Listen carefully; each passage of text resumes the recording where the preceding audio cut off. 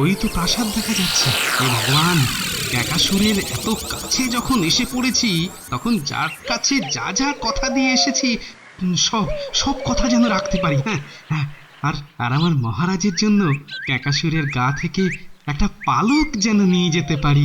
ভগবান, ভগবান আমাকে শক্তি দাও, ভগবান বিশ্বাস দাও আমাকে, ভগবান বিশ্বাস দাও।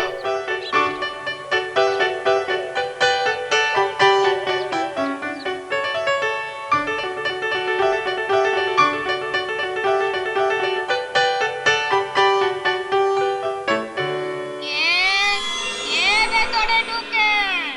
আ- আমি গোপাল। কে গোপাল?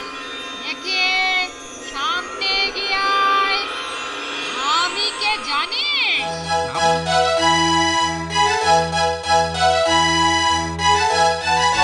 কতদিন হইয়া গেল মহারাজের মুক্তি পর্যন্ত দেখিতে পাই নাই। কি করে দেখবে, মহারাজ যে খুব অসুস্থ। হ্যাঁ, আমিও তাই শুনেছি। আর এই সুযোগে মন্ত্রী শুধু আমাদের উপরে ছুরি ঘোরাচ্ছে। কি রাজবৈদ্য, মহারাজ সুস্থ হয়ে উঠছেন না কেন? চেষ্টা তো করছি, কিন্তু কোনো ওষুধেই কাজ দিচ্ছে না। তাহলে উপায়? শেষ চেষ্টা একটা করে দেখতে হবে। তাহলে চলুন আমরা সবাই মিলে আজ মহারাজকে দেখে আসি। হ্যাঁ হ্যাঁ।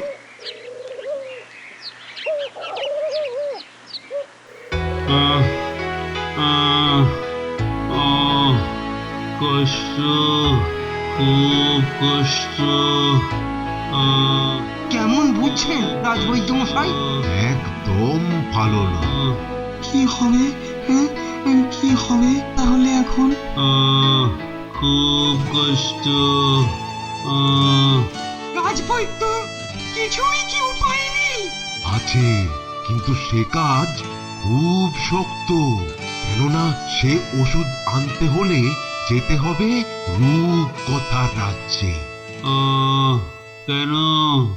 আমার মন্ত্রী আছে তো, কোনো শক্ত কাজই ওর কাছে শক্ত নয়। ও বাবারে, মা, তাই তো মন্ত্রী? নিশ্চয় নিশ্চয়, বলুন না রাজবৈদ্য, কি করতে হবে বলুন। সেখানে যেমন শক্তি লাগবে তেমনি বুদ্ধির দরকারও খুব। বাবারে বাবারে, রূপকথা রাজ্যে আমি মারা পড়বো, আমি মারা পড়বো। তাহলে তো আমার মনে হয় সেনাপতি এ কাজে উপযুক্ত। খুব কষ্ট। আমার শক্তি আছে বটে, কিন্তু মাথাটা তো আমার খুব মোটা। মানে এই রে, এ তো আবার ঘুরে ফিরে সেই আমার দিকেই তাক হচ্ছে। আস্তে আস্তে পড়ে পড়িয়ে খান থেকে। রাজবৈদ্য, আমি যাব রূপকথার রাজ্যে। কিন্তু গোপাল, সেখানে তোমার প্রাণ সংশয় হতে পারে। তা হোক, কিন্তু যে মহারাজ আমাদের এত ভালোবাসেন তার জন্য এইটুকু ঝুঁকি নিতে পারবো না। কি জ্ঞানের কথা! গোপাল, গোপাল, ও মা গো, তুমি তুমি আমার জন্য তোমার জীবন বাজি রাখছো। ও কি কষ্ট! মহারাজ, আপনি কথা বলবেন না? কষ্ট হচ্ছে খুব? রাজবৈদ্য তাড়াতাড়ি বলুন কিভাবে রূপকথার রাজ্যে যেতে হবে আর কি আনতে হবে সেখান থেকে। এই বইয়ের ওপর আমি একটা ওষুধ ফেলে দিচ্ছি, আর সঙ্গে সঙ্গে তুমি যদি এর ওপর হাত রাখো তাহলেই পৌঁছে যাবে রূপকথার রাজ্যে। সেখানে আছে ক্যাকাসুর নামে এক দৈত্য পাখি। তার গা থেকে একটা পালক তোমাকে নিয়ে আসতে হবে। বেশ, আমি তৈরি রাজবৈদ্য। তাহলে হাত রাখো, আর আমি ওষুধ ঢালছি।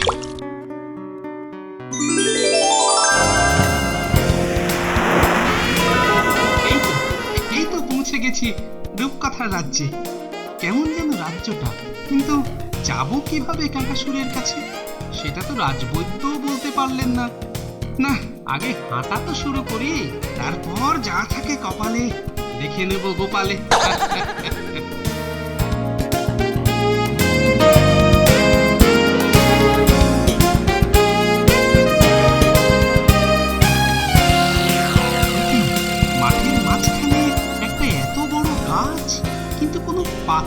নেই। আশ্চর্য তো। কিছুই আশ্চর্য নেই। আরে এই গাছ কথা বললো নাকি আমার মনের ভুল? হুম, আমি কথা বললাম। এ তো আরো আশ্চর্যের ব্যাপার। এখানে সবাই কথা বলতে পারে। এ হলো রূপকথার দেশ। কোথায় যাচ্ছ তুমি? আমি আমি যাচ্ছি ক্যাকাসুরের কাছে। কত দূর ক্যাকাসুরের বাড়ি? এখান থেকে সোজা হাঁটলে 3 দিনের পথ। বাবা, এত দূর? দূর কোথায় গো, উড়ে চলে যাও। মানে আমি আমি কি পাখি না আমার ডানা আছে যে আমি উড়ে যাব? হায় কপাল, এই রূপকথার রাজ্যে তুমি যা চাইবে তাই হবে। তুমি একবার যেই দেখো, দেখো দেখো। তাহলে তাহলে ওই চিলের মতো বড় দুটো ডানা দাও। এই তো বেশ বড় বড় দুটো ডানা। বাহ, এই তো দারুণ উঠতে পারছি। বাহ, বাহ, বাহ। ঠিক আছে হার গেলে বিদায়। একটু দাঁড়াও। ওই ক্যাকাসুরের কাছে যখন যাচ্ছ তখন ওকে জিজ্ঞাসা করে আসবে আমার চেহারার এই অবস্থা হচ্ছে কেন। বেশ বেশ, যদি আমি যেতে পারি আর ফিরে আসতে পারি তবে তবে নিশ্চয়ই জিজ্ঞাসা করে আসব। বিদায়। বেড়ে লাগছে কিন্তু। হ্যাঁ, সত্যি পাখিদের কি মজা। হ্যাঁ, যখন তখন যেখানে খুশি উড়ে চলে যেতে পারে। কি ওই সাদা সাদা কি একটা দেখছি মনে হচ্ছে। দেখি তো একটু নিচে নেমে।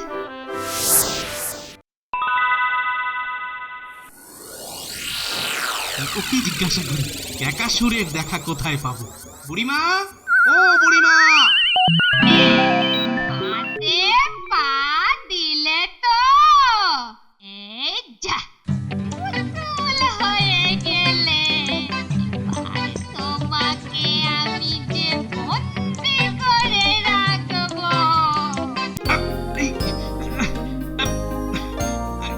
আমাকে ছেড়ে দাও না গো বুড়িমা, দয়া করে ছেড়ে দাও। আরে এটাই তো আমার কাজ। এই রূপকথার রাজ্যে যারা আছে তাদের পুতুল করে বন্দি করে রাখা। না, এ তো সোজা কথায় হবে না, অন্য মতলব খাটাতে হবে দেখছি। হ্যাঁ, কি হলো? চুপ করে গেলে যে? না দেখছি। কাকে আবার? তোমাকে।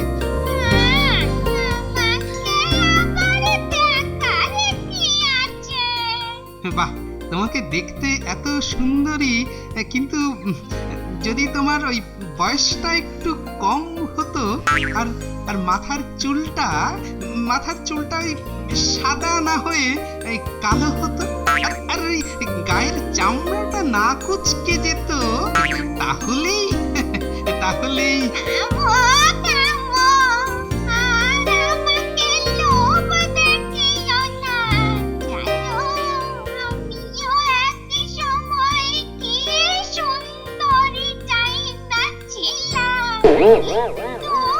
কি কিন্তু? যা হবার নয় সেটা ভেবে আর কি হবে? কে বললো হবার নয়? ওই ক্যাকাসুর সব পারে।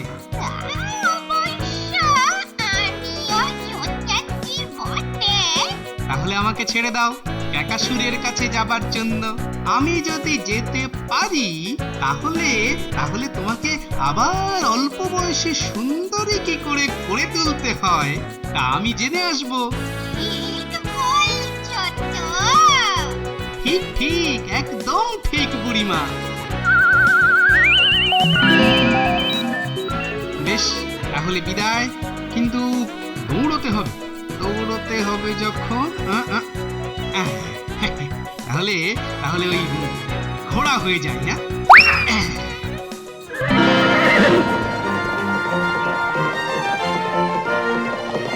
বিভাস, ঘোড়ারা কি চলে দৌড়োয়? সত্যি ঘোড়া না হলে কোনোদিন বুঝতেই পারতাম না। আরে এরকম দৌড়লে আমার ভুঁড়ি কবেই অনেকটাই কমে যেত। যা এবার কি করে পার হব? হতে পারে যদি আমি মাছ হতে পারি, তাহলে মাছই হয়ে যায়। বাবারে বাবা, কথার রাজ্যে এসে কত কি যে দেখলাম, কত কি যে হলাম। তবে তবে জলের তলায় বেশ লাগছে, কিন্তু জলের তলায় সাঁতার কাটছি, অথচ চোখ তো বন্ধ করতে হচ্ছে না। ও আমি তো এখন মাছ, আর মাছ তো চোখ খুলেই সাঁতার কাটে।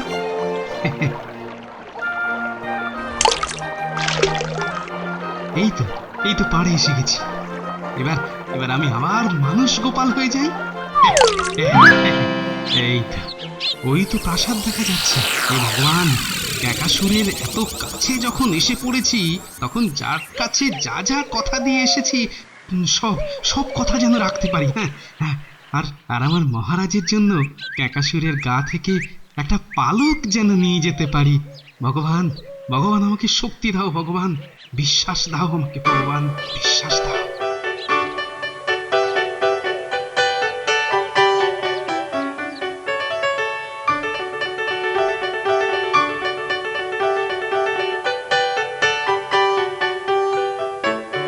কে ভেতরে ঢুকে? আমি গোপাল। কে গোপাল? দেখে সামনে এগিয়ে আয়। আমি কে জানিস? না বললে কি করে জানবো? আমি ঘুগনি। একাসুরের বউ। হ্যাঁ, তাই কেমন তোমার গা থেকে ঘুগনি ঘুগনি গন্ধ ছাড়ছে। ঘুগনি রান্না করছিলাম তো, তাই। একাসুর মাংসের সাথে ঘুগনি খুব ভালোবাসে। তো তুই এখানে এসেছিস কেন? একাসুর তোকে দেখলে কাঁচা চিবিয়ে খেয়ে ফেলবে। কেন কাঁচা চিবিয়ে খাবে কেন? একাসুর মানুষের মাংস খেতে খুব ভালোবাসে। কিন্তু দিদিমা, আমাকে খেয়ে ফেললে আমি যে কথাগুলো দিয়ে এসেছি সেগুলোর কি হবে? কি সব কথা একবার বল দেখি। আমি যাব রূপকথার রাজ্যে। সেখানে তোমার প্রাণ সংশয় হতে পারে। তা হোক, কিন্তু যে মহারাজ আমাদের এত ভালোবাসেন, তার জন্য এইটুকু ঝুঁকি নিতে পারবো না।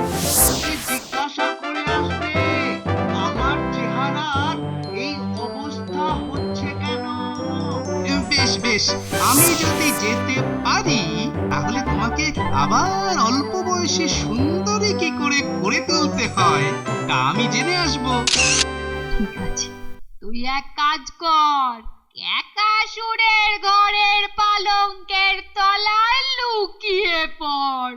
তারপর আমি দেখছি কি করা যায়।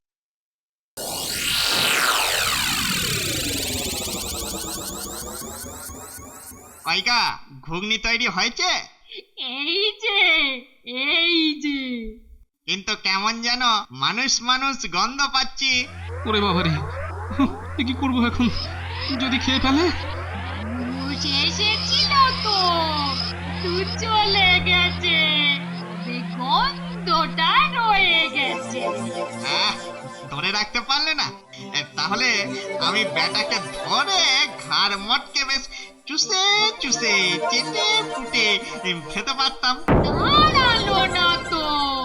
যা, খুব জোর বাঁচিয়েছে। কিন্তু মানুষটা কিছু জানতে চাইছিল, তুমি জানো নাকি সেগুলো? আমি আবার জানি না এরকম কিছু আছে নাকি এই রূপকথা রাজ্যে। যে একটা বুড়ি আছে না, আবার কি করে সুন্দরী আর অল্প বয়সী হবে? আর ওই যে মাঠের মাঝখানে একটা গাছ আছে, সেটা কি করলে আমার বেশ মোটা সোটা হবে বলো তো? বুড়িটার মাথা থেকে একটা পাকা চুল টান দিয়ে টেনে নিলেই ও আবার আগের মতো অল্প বয়সী আর সুন্দরী হয়ে যাবে। আর ওই গাছের তলায় অনেক সোনা দানা আছে,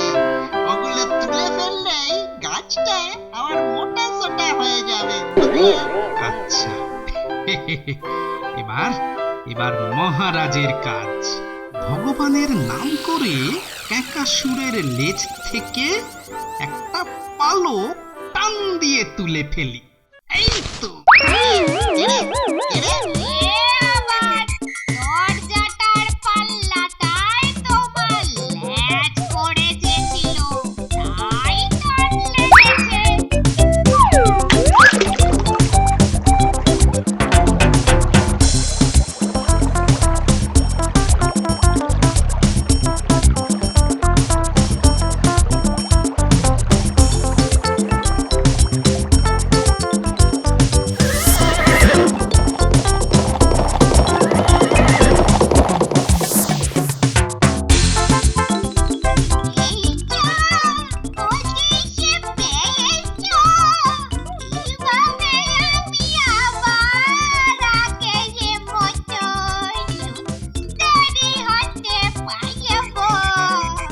কাছে এসো।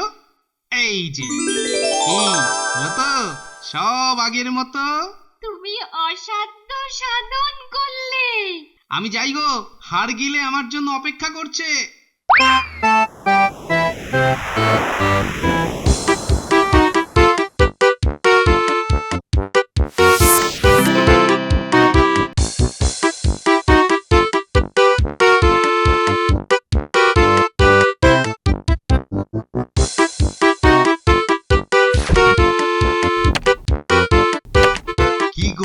কি গো কেন করছো আমার গোড়া? পড়ে যাব তো। কিচ্ছু হবে না হাড় গিলে, কিচ্ছু হবে না। এই দেখো সোনা ভর্তি খড়া, এটা বার করে দিলাম। এবার আর তোমার এই চেহারা থাকবে না, দেখো। আচ্ছা আমি এখন আসি।